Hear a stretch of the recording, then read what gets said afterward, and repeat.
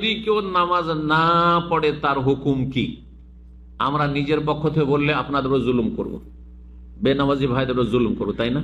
নিজের পক্ষ থেকে আমরা বাড়াবাড়ি করে কোনো কথা বলি না, না হলে আমি জালেম হয়ে আল্লাহর কাছে আসামের কাঠগড়ায় হাজির হব। আমি যেই কথাগুলি বলবো, দলিল বলবো, যাতে আল্লাহর কথা অথবা রাসূলুল্লাহ সাল্লাল্লাহু আলাইহি ওয়াসাল্লামের কথা, সাহাবায়ে কেরামদের ইজমা ঐক্যমতের কথা। তিরমিজির 2546 নম্বর হাদিস, আব্দুল্লাহ বিন শাকিক আল ওকাইলি প্রখ্যাত তাবেঈ, তিনি বলছেন, কানা আসহাবু মুহাম্মাদিন সাল্লাল্লাহু আলাইহি ওয়াসাল্লাম লা ইয়ারাউনা শাইআন মিনাল আমালি তারকুহু কুফরুন গায়রাস সালাহ। মুহাম্মদ সাল্লাল্লাহু আলাইহি ওয়াসাল্লামের সাথী সঙ্গীগণ, সাহাবায়ে কেরামগণ সম্পর্কে বলছেন তিনি, লা ইয়ারাউনা শাইআন মিনাল আমালি তারকুহু কুফরুন গায়রাস সালাহ, কোন আমল পরিত্যাগ করাকে কুফরি তারা মনে করতেন না। কেউ চুরি করলো, চোরকেও কাফের বলতেন না, আর ডাকাতকেও কাফের বলতেন না, তারপরে কেউ যদি সুদ খোরায় তাকেও কাফের মনে করতেন না, কেউ যদি আপনার যাকাত না দেয়, অস্বীকার না করে, রোজা না রাখে ফাসেক বলতেন, কিন্তু কাফের বলতেন না। জি, ওমরা করেন না, কাউকে বলতেন না যে কাফের। হ্যাঁ, কিন্তু গায়রাস সালাহ, সালাত ছাড়া কোনো আমলের ক্ষেত্রে কুফরি বলতেন না। সালাত ছেড়ে, নামাজ ছেড়ে দিলে সাহাবায়ে কেরামগণ তারা একমত ছিলেন, ইজমা ছিল, এই হাদিস প্রমাণ করে যে তারা কি বলতেন, যে সে কুফরি করে ফেললাম, কাফের হয়ে গেল সে। হাদিস সহিহ আগেরটিও। আব্দুল্লাহ বিন বুরাইদা, তার পিতা বুরাইদা ইবনুল হুসাইব রাদিয়াল্লাহু তাআলা আনহু থেকে বর্ণনা করেছেন, তিনি বলছেন, কালা রাসূলুল্লাহ বলেছেন, ইন্নাল আহদাল্লাযী বাইনানা ওয়া বাইনাহুমুস সালাহ, আমাদের মাঝে আর তাদের মাঝে, মানে অমুসলিমদের মাঝে চুক্তি হবে, যদি ইসলাম কবুল করতে চায়, কেউ কালেমা পড়তে আসছে, চুক্তি হবে আসসালাত, নামাজের।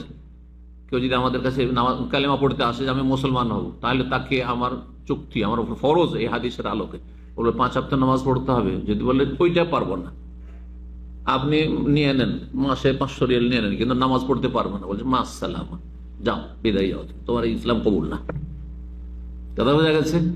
ইন্নাল আহদাল্লাযী বাইনানা ওয়া বাইনাহুস সালাহ, আমাদের মাঝে এবং অমুসলিম মাঝে চুক্তি হবে ইসলামে দীক্ষিত হতে চাইলে, আসসালাত, নামাজের 5 ওয়াক্ত নামাজ পড়ে। নামাজ মানে 5 ওয়াক্ত নামাজ, নফল নামাজ না, সুন্নত নামাজ না, কিচ্ছু না, ফরজ। কত রাকাত? মাত্র 17 রাকাত। তো বলছে, মান তারাকাহা, যেই ব্যক্তি সালাত ছেড়ে দেবে। নবী সাল্লাল্লাহু আলাইহি ওয়াসাল্লাম জানতেন ফাসাকা ভাষাটি, ফাসাকা মানে পাপিষ্ট হয়ে যায়, গুনাহগার হয়ে যায়, বোঝা গেছে? আসা মানে নাফরমান হয়ে যায়, অন্য ক্ষেত্রে ব্যবহার করেছেন, কিন্তু এখানে বলছেন ফাকাদ কাফারা, সে কাফের হয়ে গেল। কি হয়ে গেল? আল্লাহু আকবার, কাফের হয়ে গেল। আমি বলছি, কে বলছেন? যিনি এত মায়া করতেন, আমরা কল্পনা করতে পারি না ওই মায়ার কথা, আমাদের দ্বারা সম্ভবই না, তার ধারে কাছে যাওয়া সম্ভব না, সাহাবীর দ্বারা সম্ভব না। তো নবী সাল্লাল্লাহু আলাইহি ওয়াসাল্লাম বলছেন ফাকাদ কাফারা, সে কাফের হয়ে গেল। আল্লাহ হেফাজত। মুসনাদ আহমদের হাদিস, তিরমিজির হাদিস, নাসাইতে রয়েছে, ইবনে হিব্বান মুসনাদ হাকিমে রয়েছে, হাদিসটি সহিহুল জামেতে 4143 নম্বর হাদিস। একটি আয়াত দিয়ে শেষ করছি, সূরা রুমের আয়াত নম্বর 31। আয়াতটিও স্পষ্ট করে যে নামাজ না পড়লে ইসলাম থাকে না। নামাজ না পড়লে 5 ওয়াক্ত যদি না পড়ে ইসলাম থাকে না।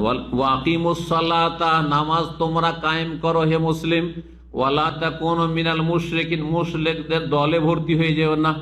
ওয়ালা তাকুনু মিনাল মুশরিকিন, মুশরিকদের অন্তর্ভুক্ত, মিনান তাদের মধ্যেকার হয়ে যেও না। নামাজ পড়লে মুসলিম, আর যদি নামাজ না পড়ো তো মুশরিকদের দলভুক্ত হয়ে তাদের সাথে হাসর হবে। এই জন্য একটি হাদিসে রয়েছে যে কিয়ামতের দিনে হাসর হবে কার সাথে? ওয়া কানা ইয়াউমাল কিয়ামাতি মা কারুনা ফিরআউনা ওয়া হামানা ওয়া উবাই ইবনে খালাফ, বেনামাজির হাসর হবে কিয়ামতের দিনে কারুনের সাথে, ফেরাউনের সাথে, হামান যে প্রধানমন্ত্রী, আর কারুন সেই যুগের ধনকুব, জি ধনকুব, এদের সাথে উবাই ইবনে খালাফ, মক্কার বড় একজন কাফের নেতা, যে নবী সাল্লাল্লাহু আলাইহি ওয়াসাল্লামকে সরাসরি মারতে এসেছিল অস্ত্র নিয়ে, ওর সাথে হাসর হবে। নবী সাল্লাল্লাহু আলাইহি ওয়াসাল্লাম বলেছেন বেনামাজিদের।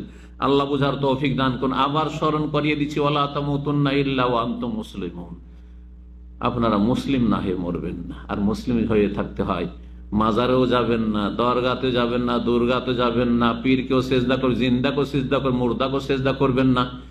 একমাত্র আল্লাহকে সেজদা করে 5 ওয়াক্ত নামাজের মাধ্যমে আল্লাহ যেন কবুল করেন, ইসলামকে রক্ষা করার তৌফিক দান করেন, ঈমানকে রক্ষা করার তৌফিক দান করেন। আল্লাহ রাব্বুল আলামিন নেক আমল যেন কবুল করেন, গুনাহ খাতা অতীতে যা হয়েছে আল্লাহ মাফ করেন।